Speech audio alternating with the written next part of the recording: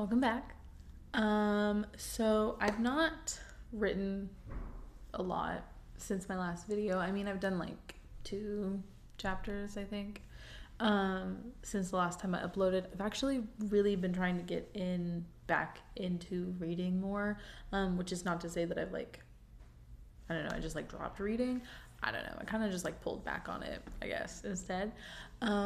But I've really been trying to work on it because I have 11 books on my physical TBR I have to get through before my husband and I move this summer.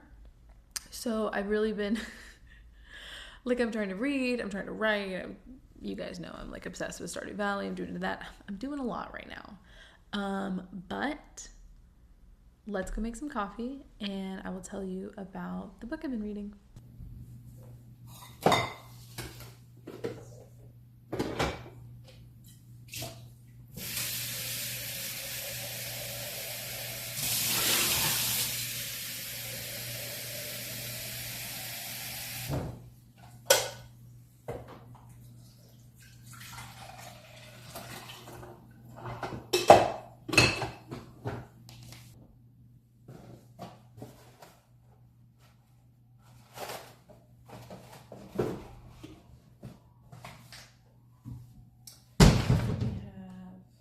Peak Bloom pink coffee for today.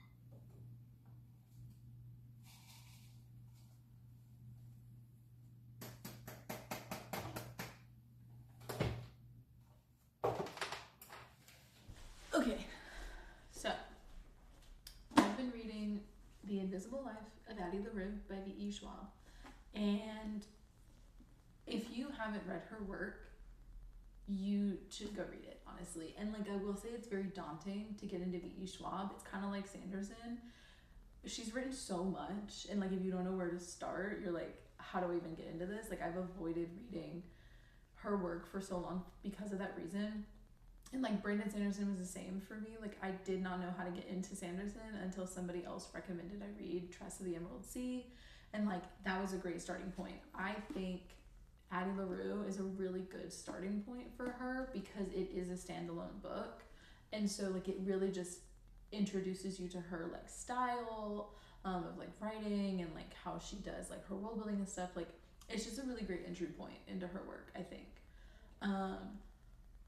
I absolutely adored this book. I adore the concept behind it. Addie LaRue makes a Faustian, I don't know how to pronounce that word, you know what I mean, deal with the devil, because she doesn't want to get married and she wants to live and see the world and do all of this stuff. And what ends up happening is it's almost like a monkey's paw thing, because he's oh yeah, sure, no, you don't have to get married, you can live your life, do whatever you're gonna do. But nobody remembers her. She's basically a ghost now. And she just lives for 300 years as a ghost, and then she meets this boy and he remembers her one day, and you know me, I read romance, so they fall in love, and it's just so immersive and well written. And she uses artwork, real art pieces in the story that influence things, things that Addie's supposedly been involved with, that helps tell her story and things. It really just adds this real world element to it. And I it is a fantasy book, but it really feels a bit more like literary fiction, which doesn't really make sense, and I know, so just go with me on that. Okay, I don't know how else to describe the genre part of this book, because it's fantasy, but it's not. but like it is. There's probably a genre for it, and I just don't know what it's called, but whatever. And like in the book, you like jump timelines essentially. Like you get like the first part of the book, which is like her like 20 years before she makes the deal, and then you get like her first, you like jump to modern day, and then you jump back to like her 50 years like with the curse, when she's like trying to figure out like the limitations on it, and she's like low-key like suffering, and then you jump to modern day where she like meets the boy, and you get this like beautiful full circle moment, because she's like, after she meets the boy Henry, he starts like recording and writing down all of these stories about her life that he's like telling her. And the first story she tells him starts the same way the first chapter of the book starts. So it's like this beautiful like full circle thing that's going on. And when you like get to it, you're like, oh my God, I'm reading the book that Henry wrote about Addie. And it's just like, it's like this whole like fourth wall breaking thing that I really love, that I don't see done very well in a lot of other books. Like Nevernight does it, or like Fairytale does something kind of similar, like with the timeline jumping and things. And I don't always think that it's really well done. I think it's a really hard concept to do in writing and like have it come across well and not like chaotic and weird. But I think V.E. Schwab did a beautiful job with it. If you have not read this book, you need to go put it on your TBR. You need to go read it. I read it in like a week.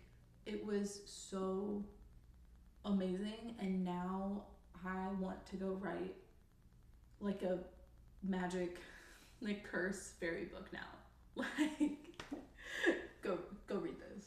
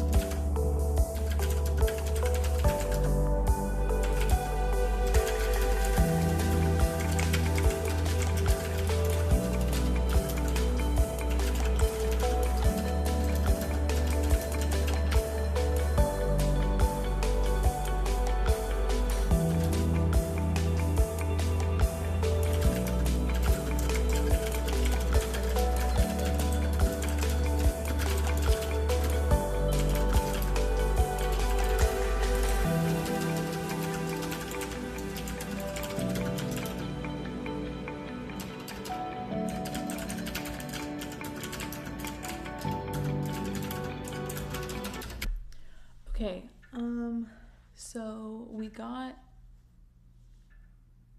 another chapter down. We got chapter 7 written now. I'm gonna go get dressed because I have brunch with some friends, and then we'll come back. I'll probably write chapter 8. I don't know if I'm gonna film writing chapter 8, but I am gonna write chapter 8 today, so we'll kind of get through all of that, and then we'll check in and we'll see where we're at with our word counts.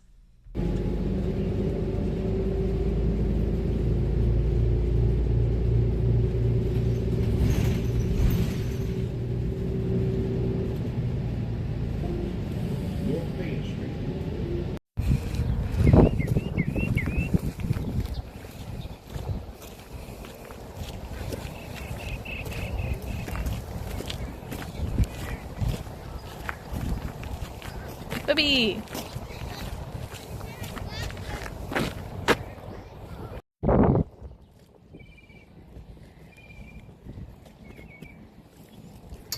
What are you doing? Swim.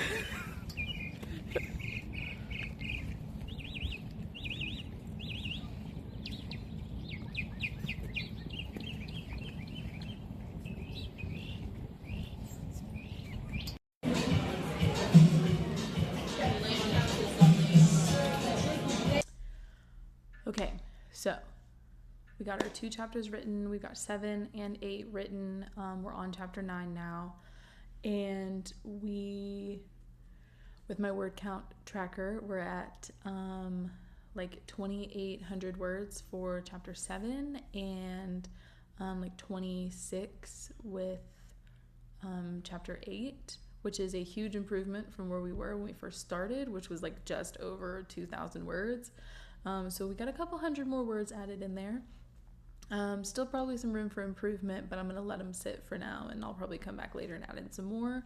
Our total word count so far with the manuscript is 83,500 words. So we're slowly inching our way towards that 100 word count goal. So I'm going to go ahead, sign off here, and I will see you guys in the next video. Bye.